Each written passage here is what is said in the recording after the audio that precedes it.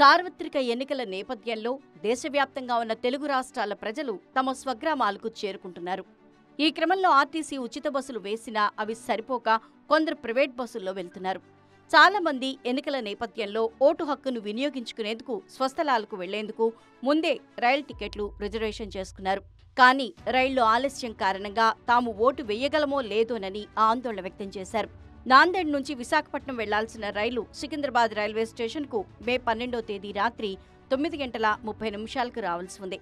అయితే 5 నుంచి 6 గంటలు ఆలస్యంగా రావడంతో 13వ తేదీ తెల్లవారుజామున 3 గంటల నుంచి 4 గంటల ప్రాంతంలో చేరుకుంది. దీంతో మధ్యాహ్నం 3 లేదా 4 గంటలకు తమ నియోజకవర్గాలకు చేరుకుని ఓటు హక్కు వేసే అవకాశం ఉంటుందని అంతా భావించారు.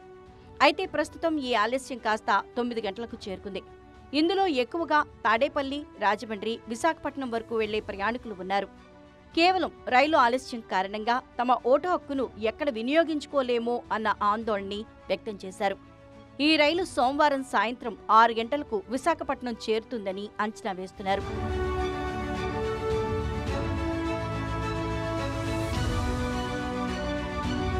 మామూలుగా అయితే ఈ నాందేడ్ నుంచి విశాఖ వెళ్లాల్సిన ఎక్స్ప్రెస్ 13వ తేదీ ఉదయం 9 గంటలకు విశాఖపట్నం చేరుకోవాలి.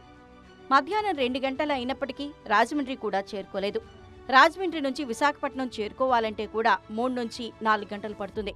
దీంతో 5 ఏళ్లకోసారి వచ్చే తమ ఓటు హక్కును కోల్పోతామన్న నిరుత్సాహంతో ఉన్నారు. ఈ సమస్యపై రైల్వే అధికారులకు, ఎన్నికల కమిషన్కు ఫిర్యాదు చేసినా ఎలాంటి ప్రయోజనం లేకుండా పోయిందన్నారు. ఈ ట్రైన్లో దాదాపు 5,000 మందికి పైగా ప్రయాణికులు కేవలం తమ ఓటు హక్కును వినియోగించుకునేందుకు వెళ్తున్నారని తెలిపారు. తమ ప్రమేయం లేకుండా జరిగిన ఈ అసౌకర్యానికి న్యాయం చేయాలని కోరారు. పోలింగ్ సమయాన్ని పొడిగించడం లేదా ఇంత దూరం కేవలం ఓటు కోసం ప్రయాణం చేసి వచ్చినందుకు ప్రత్యామ్నాయ ఏర్పాట్లు చేయాలని ఎన్నికల అధికారులను కోరుతున్నారు.